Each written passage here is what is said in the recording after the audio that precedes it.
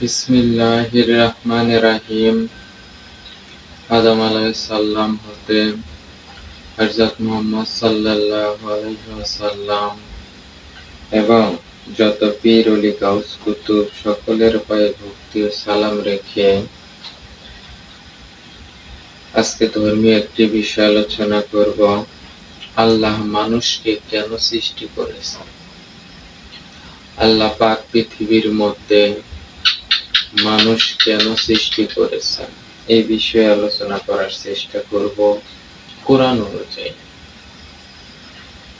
দেখি কোরআন আল্লাহ পাক কি বলতেছে, মানুষকে আল্লাহ পাক কেন সৃষ্টি করেছেন। সূরা জারিয়াত 56 নম্বর আয়াত।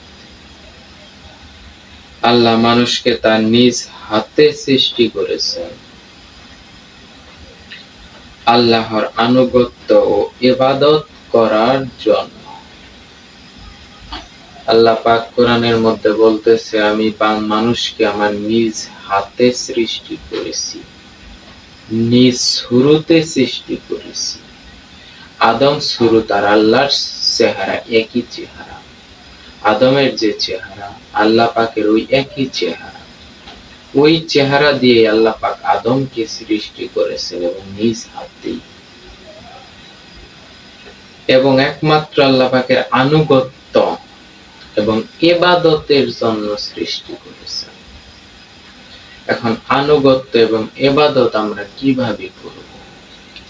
আল্লাহ পাক পবিত্র কোরআনের মধ্যে সেটাও পরিপূর্ণভাবে বলে দিয়েছেন।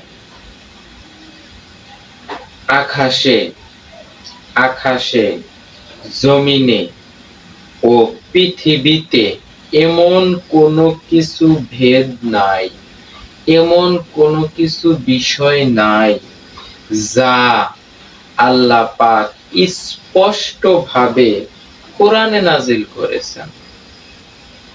সূরা নামল ৭৫ নম্বর আয়াত আল্লাহ পাক বলতেছে, এই পৃথিবীর মধ্যে, জমিনে, আকাশে এমন কোনো বিষয় নাই যা আমার আল্লাহ পাক পরিপূর্ণভাবে, স্পষ্টভাবে, মানুষ জানি সহজেই বুঝতে পারে, স্পষ্টভাবে আল্লাহ পাক কোরআনের মধ্যে বর্ণনা করে দিয়েছেন। সূরা আরাফ ৩ নম্বর আয়াত।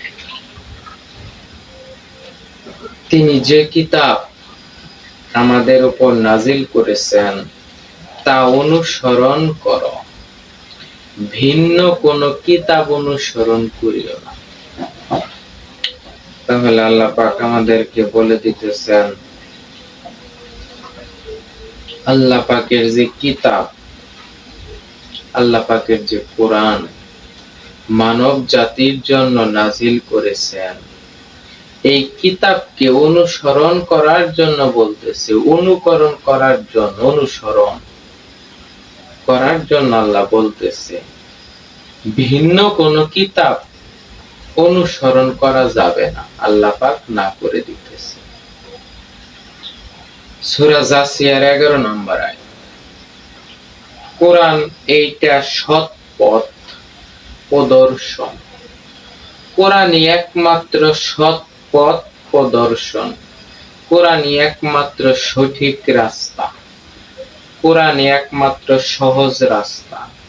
কোরআনই একমাত্র আল্লাহর কাছে পৌঁছানো, আল্লাহর আনুগত্য এবং ইবাদত করার জন্য একমাত্র রাস্তাই হলো কোরআন। যারা কোরআনের আয়াত অস্বীকার করবে তারা জাহান্নামী।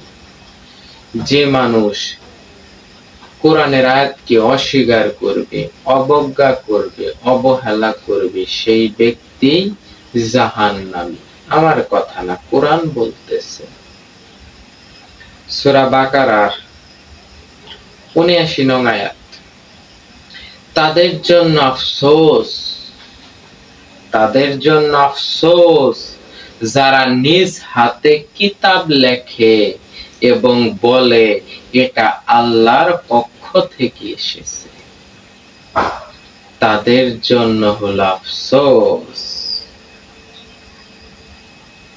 কারা বর্তমান বাংলাদেশে, পৃথিবীর মধ্যে কোরআনের বাহিরে অসংখ্য কিতাব রয়েছে যাকে বলা হয় হাদিস।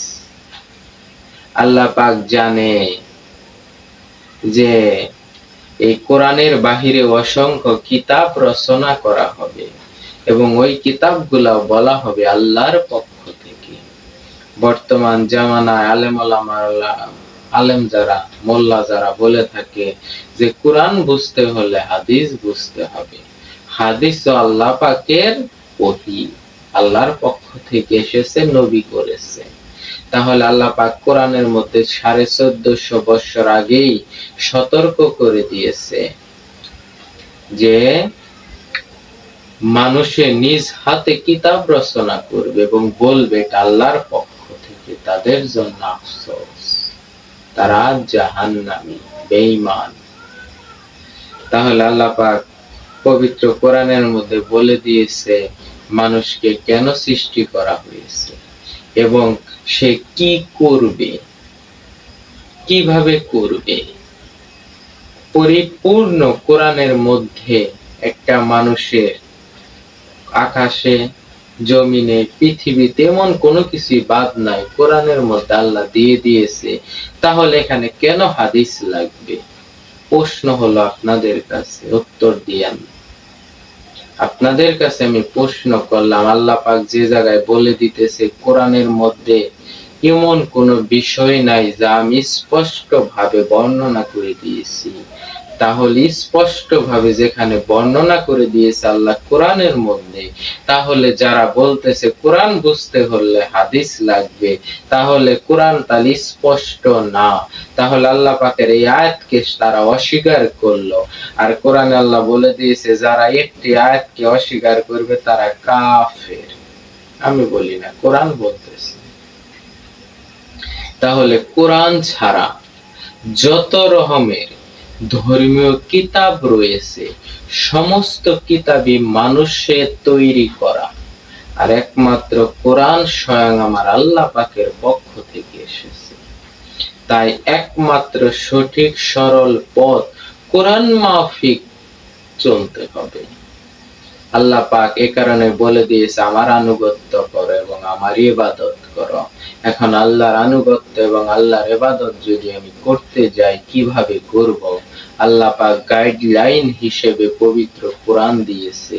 আর কোরআনের মধ্যে মানব জাতির মুক্তির জন্য সমস্ত বিষয় স্পষ্টভাবে আল্লাহ নাজিল করে দিয়েছে। সেহেতু আমরা যেন পরিপূর্ণভাবে কোরআনকে গ্রহণ করি, আর বাকি যত হাদিস রয়েছে সব থেকে যেন আমরা ত্যাগ করি। সবগুলি ওগুলা হাদিস না, ওগুলা মানুষের তৈরি। আর নবী করিম সাল্লাল্লাহু আলাইহি সাল্লাম, সাহাবী, মা ফাতেমা, মাওলা আলী, হাসান হুসাইন, আল্লাহর ওলি যারা আছে এদের জীবনী আছে, এদের জীবনী, ওগুলা হাদিস না, ওগুলো হলো জীবনী। আর এই জীবনী গুলো আমরা যেন গ্রহণ করি। আল্লাহর ওলিদের জীবনী, তারা কিভাবে জীবন যাপন করছে, এগুলা যখন পড়তে যায় হুবহু কোরআনের সাথে মিলে যায়। ঠিক কোরআনের মধ্যে যেভাবে আছে আমার নবীর জীবনী ওইরকম ভাবেই আছে। তাই আমরা যেন পরিপূর্ণ ভাবে আল্লাহ পাক আমাদেরকে যে কারণে দুনিয়াতে সৃষ্টি করেছেন, এই সৃষ্টির কারণ, উদ্দেশ্য সবকিছুই যেন আমরা কোরআন থেকে জানার চেষ্টা করি। এই বলেই আমার কথা শেষ করছি।